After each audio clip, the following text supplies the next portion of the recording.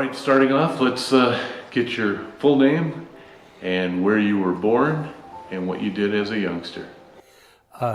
Kermit K Thompson. I was born in Worthington, Minnesota. And as a youngster, I did most everything that all little boys do. In high school, I was one of those three-sport guys. I played football, basketball, and baseball. Any brothers or sisters? Oh, you bet. I've got two younger sisters and a younger brother. What did you guys do when you were young? What did you play? Did you play Army? Did you do anything like that, or what did you do? You know, I was not so much hung up on the Army, but I can remember as a 5-year-old that I wanted a bomber. You know, one of these tin bombers. I think they were B-17s, and I wanted Santa Claus to bring me a bomber, and I expected him to go over in his Santa Claus to go over in his sleigh and drop one out by parachute to my front yard.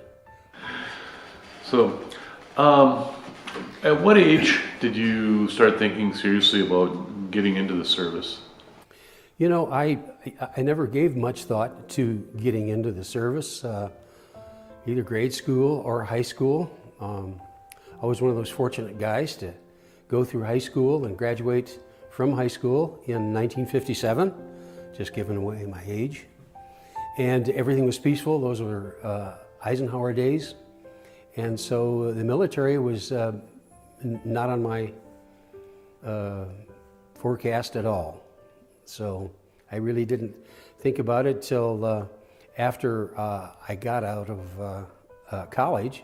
About 6 months after I got out of college, I got a letter informing me that my number in New Ulm, Minnesota, the draft board, all of a sudden my number had jumped from the bottom of the list all the way up close to the top, and said they wanted me. And I had just gotten married, so I had graduated from college. So basically I went commission shopping because I wanted to take my wife with me. It was during that period of time where there wasn't any war. So the United States Air Force had a program called OTS for college grads, and that's where I went. So. And OTS would be Officer Training School? Officer Training School, right. Where did you end up doing that at? I went in anyone in the Air Force, anybody listening knows that when you go in the Air Force, you log time at San Antonio, either at Lackland Air Force Base. I went to Medina, which was attached to Lackland Air Force Base for this OTS program. Okay. So when you were there, what was basic training like for you? You know, physically, it was fairly strenuous, but having been a jock, I didn't find that really prohibitive. And we had, 90 days of classroom instruction, and having just got out of a college instruction, that wasn't too difficult for me either. So I whizzed through. How were your instructors? You know, that's they were all career guys, mostly NCOs, and really pretty sharp. As I recall, I only had 2 commissioned officers as instructors. The rest of them were like E6s, 7s, and E8s, and very knowledgeable. So what years were you in, and what was the highest rank you had? I went in 1962. I got out 3.5 years later in 65, August of 65. On active duty, I came out as a first lieutenant, and a year or so later in the reserves I got promoted to captain. What was the difference from when you first started to when you reached those levels of lieutenant and captain? What were the What would you say the difference is? I mean, obviously you start at the bottom and then you work your way up. How hard was it to get there?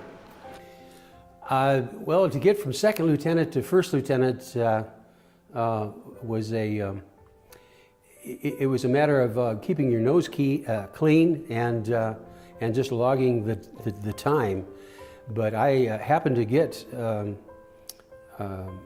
assigned to an outfit in Germany that had 1,000 officers in it, and they were all either pilots or navigators. I was number one. I was a second lieutenant, and number two, I was non-rated. I was neither a pilot or navigator. So when you say I started out at the bottom, boy, did I start out at the bottom. I recall that when I got promoted to first lieutenant, all the fellas took me over to the officers club and bought me a beer or two, because they didn't have to look at that ugly brown bar anymore. So, when you were in the service, and just what we talked to said that there's some practical joker that was in there. Anybody play any practical jokes on you, or that you remember as far as when you were in the service? Well, there was one.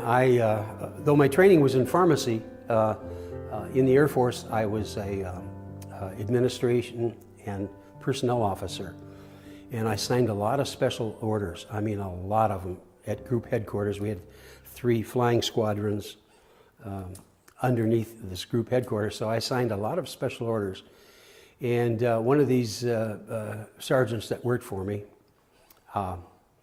slipped in some discharge papers that he knew that when I had a whole raft of them to sign, that sometimes I trusted him implicitly. Well, one time I signed his discharge orders, and then when he brought it to my attention, obviously those papers were torn up. So, do you have a lot of good memories from being in the service? Yeah, I have a lot of good memories. I was pretty fortunate because it was peacetime. I'm pre-Vietnam. In fact, the American Legion and other veterans outfits termed me a Vietnam era vet. So being in Germany, one of the things that they did to provide some entertainment for the dependents was we played organized football, and I played for the Wiesbaden Flyers, and all the teams were made up of ex-college ball players, and we even had I think a Canadian pro football player on the team, and we flew all over Europe playing football. We played a couple of teams in France, Ramstein Air Force Base, Bitburg, Spangdahlem. But it was a lot of fun. I was a little bird-legged defensive back. You can't tell by looking at me now, being about 250, but in those days I played at 180 and was a whole lot faster than what I am now. I know you're in the American Legion right now, so actually the service has kind of followed you all through your life, but the last day of active duty for you, do you remember that? You know, I really don't. I really don't. I have memories of signing all my separation papers in New Jersey. The name of the air base escapes me now. Not MacDill, that's in Florida. Anyway, in New Jersey, I have memories of that, but I can't recall my last day on active duty. Okay. As far as what you did after the service, how much did you being in the service play into what you did as far as your career? One of the things that stuck with me and has been a lifelong habit is that if an appointment is at 3 o'clock, that means 2:45. To the military guys, and that's stuck with me. I think I did that again today. Yes, you did. But that's one thing that has carried over into my civilian life. Like to plug the American Legion? Yeah, good organization, and like a lot of organizations and fraternities nowadays, we're having difficulties getting in the young people. And I'm sure a lot of the vets my age and thereabouts have said that.